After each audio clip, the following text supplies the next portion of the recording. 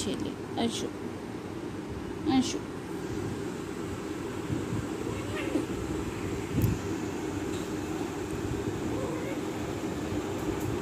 তুমি একটা ইঁদুরের মতো সাইজ না?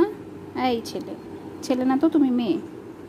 এই মেয়ে, এত ইঁদুরের মতো সাইজের এত রাগ এত দেমাগ কোত্থেকে আসে আমি বুঝি না, আমার মাথায় কাজ করে না।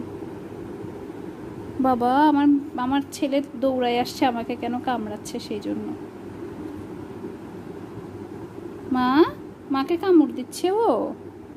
থাক, ও তো ছোট বাবু, ও ছোট বাবু, কিছু বুঝে না।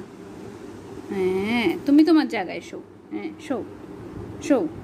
হ্যাঁ থাক, ও তো ছোট বাবু, বুঝে না।